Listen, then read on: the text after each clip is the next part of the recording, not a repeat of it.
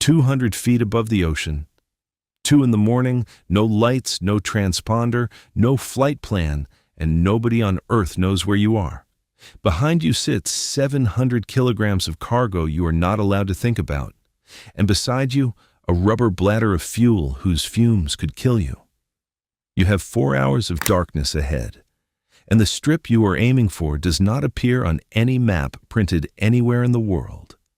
6 years ago, you were a commercial pilot with a mortgage and a clean uniform.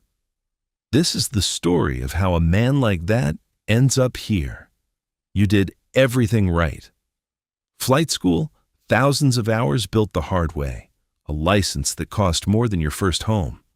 Then the airline cut its routes, the work dried up overnight, and the mortgage did not care that none of it was your fault. So when a well-dressed stranger buys you a drink at the bar by the airfield and asks whether you are still flying these days, you tell him the truth. He does not mention cartels. He does not mention cargo. He talks about charter work, cash payment, and asks whether you are flexible about paperwork. That is the part nobody understands. You are never recruited into this world. You are simply offered a job that pays far too well to examine too closely. The first flight is almost legal. A short hop, unmarked boxes, a private strip, and $8,000 in cash for 4 hours of your time. You do not ask what is in the boxes. You decided not to ask before you even arrived, and that single decision is the entire purpose of the first flight. You land, you get paid in full, and absolutely nothing bad happens. So when the phone rings again, the second flight is easier, and that is the trap closing. By the fifth flight, there are no boxes anymore, just wrapped bundles stacked to the roof, and everyone involved has stopped pretending. You never agreed to become a cartel pilot. You simply never once refused, and in this business, those two things are treated as exactly the same choice. The aircraft is a single-engine plane, 30 years old, bought for cash, with paperwork that would not survive 10 minutes of any real inspection. In the cabin sits a rubber fuel bladder holding 400 extra liters. It gives you the range you need. It also fills the whole cabin with fumes. There is no fire suppression, there is no second crew member, and there is one single exit, and you will be sitting right beside all of it for 6 hours.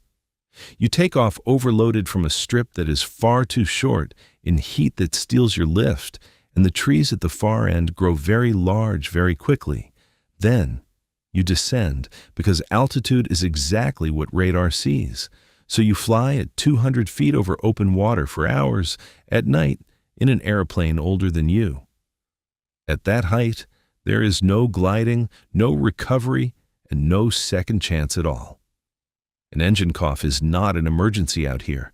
It is simply the end of everything. You navigate by dead reckoning and a cheap handheld receiver because the aircraft avionics are older than you are, and half of them do not even work.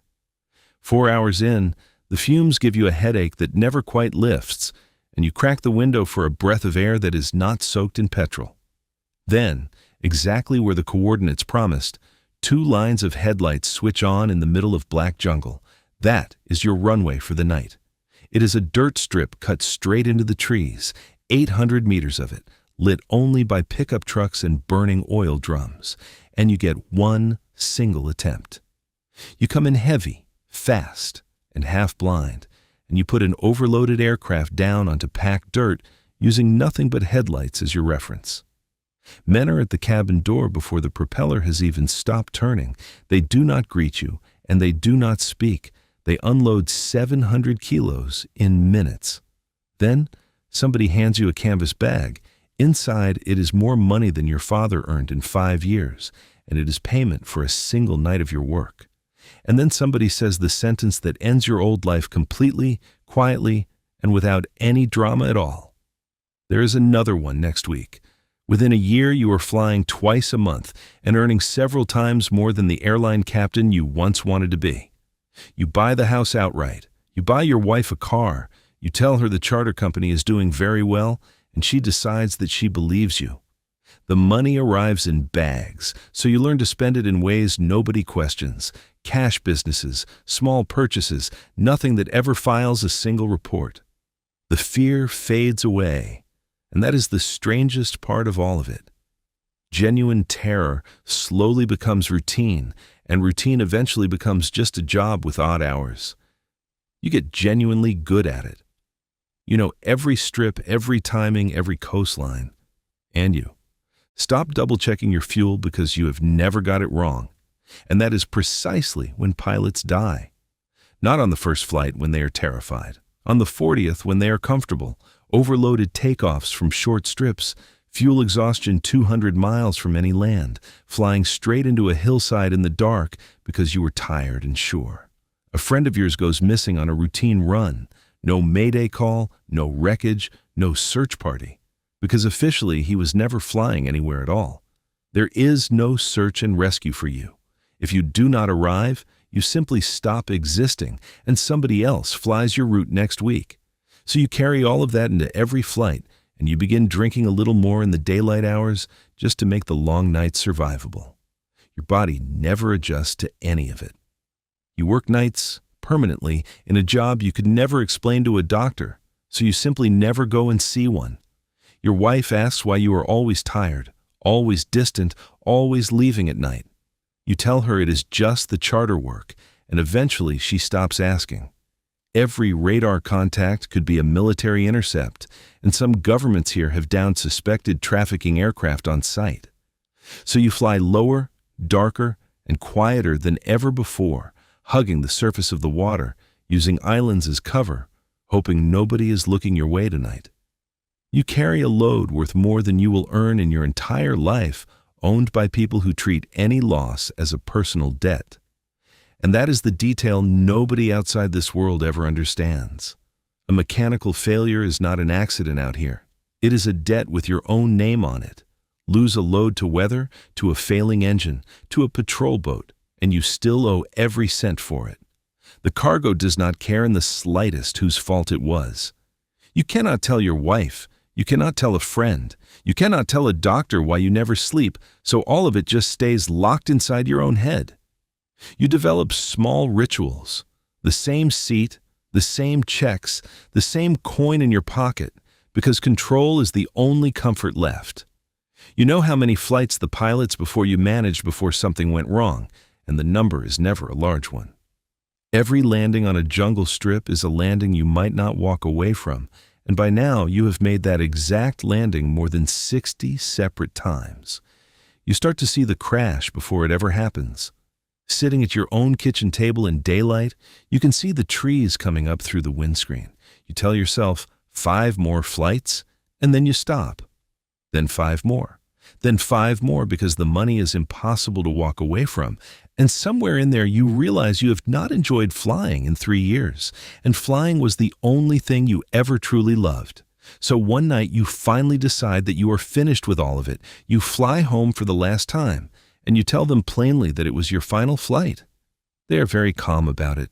They tell you they understand completely. Then they ask what day next week you are available. You know the strips, the routes, the faces.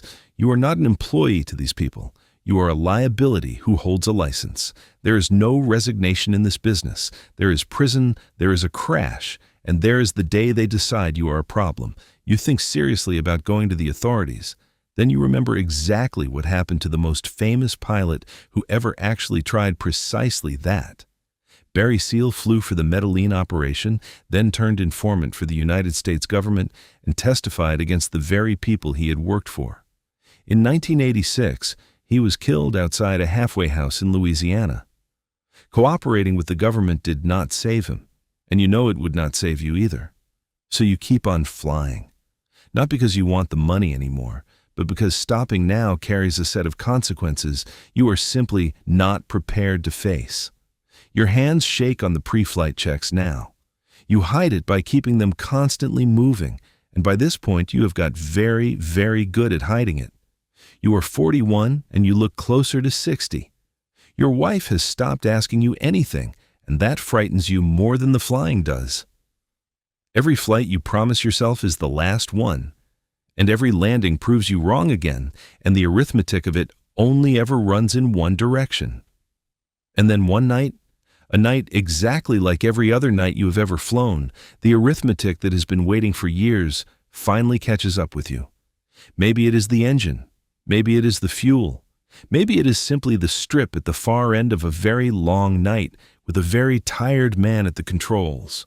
There are hundreds of them scattered across Central America, burned out aircraft sitting in jungle clearings at the ends of strips half swallowed by the trees.